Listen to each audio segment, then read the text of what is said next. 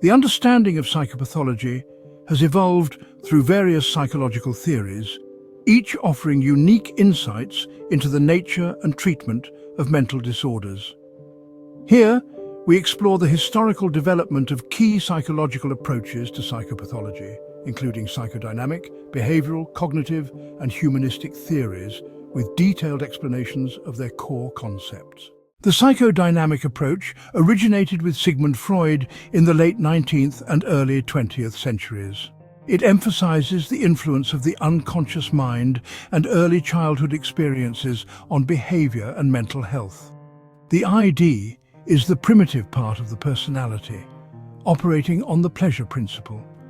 And while I can't seem to say it properly, you should know that it is pronounced with a soft I, like in is, and a standard D, like in dog. It seeks immediate gratification of instincts and desires. For example, a child demanding candy in a store is acting on the impulse of the ID. Perhaps you should take a drink of water each time you hear me say it incorrectly. Ego is the rational part of the personality, operating on the reality principle. It mediates between the desires of the ID, take a drink, and the constraints of reality. For instance, a person deciding to wait until dinner to have dessert is the ego managing impulses. Superego is the moral component of the personality, incorporating societal and parental standards of right and wrong. It can induce feelings of guilt or pride. An example is feeling guilty after lying, which is the superego's influence. Psychoanalysis involves techniques like free association and dream analysis to uncover unconscious conflicts. For instance, exploring recurring dreams about falling might reveal underlying fears of failure. Emerging in the early 20th century, behavioral theory focuses on observable behaviors and how they are learned through interaction with the environment. Key figures include John B. Watson and B.F. Skinner. Classical conditioning is a learning process where a neutral stimulus becomes associated with a meaningful stimulus, eliciting a conditioned response. Pavlov's dogs, who learn to salivate at the sound of a bell previously paired with food, exemplify this. Operant conditioning is a learning process where behavior is shaped by reinforcement or punishment. Skinner demonstrated this with pigeons, teaching them to peck a button for food, which is positive reinforcement, or to avoid a mild shock, which is punishment. Behavioral therapies use conditioning techniques to modify behaviors. For example, systematic desensitization helps individuals overcome phobias by gradually exposing them to the feared object or situation while employing relaxation techniques. Cognitive theory gained prominence in the mid-20th century with pioneers like Beck and Ellis. It focuses on the role of thought processes in influencing emotions and behaviors. Cognitive distortions are irrational or negative thought patterns that contribute to emotional distress.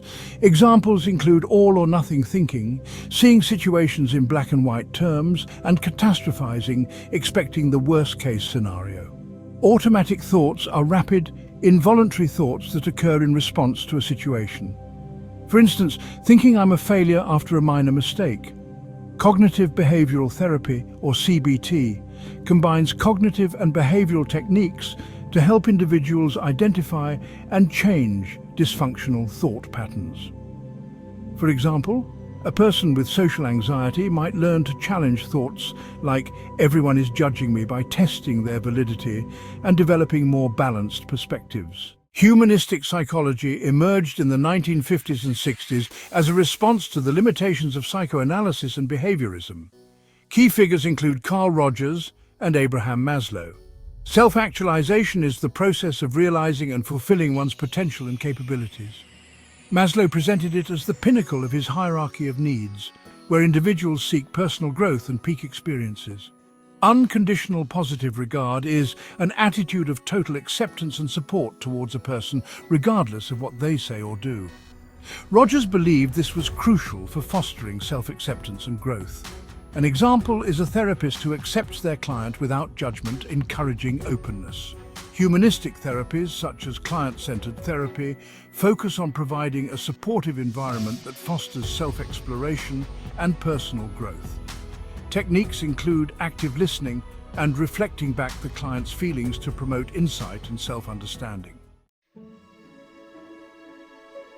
Each of these psychological approaches has contributed to a deeper understanding of psychopathology, offering diverse perspectives on the causes and treatment of mental disorders.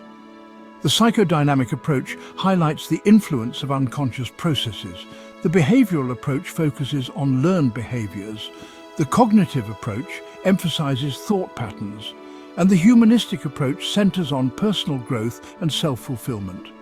Together, these theories have shaped modern psychological practices and continue to inform contemporary mental health care.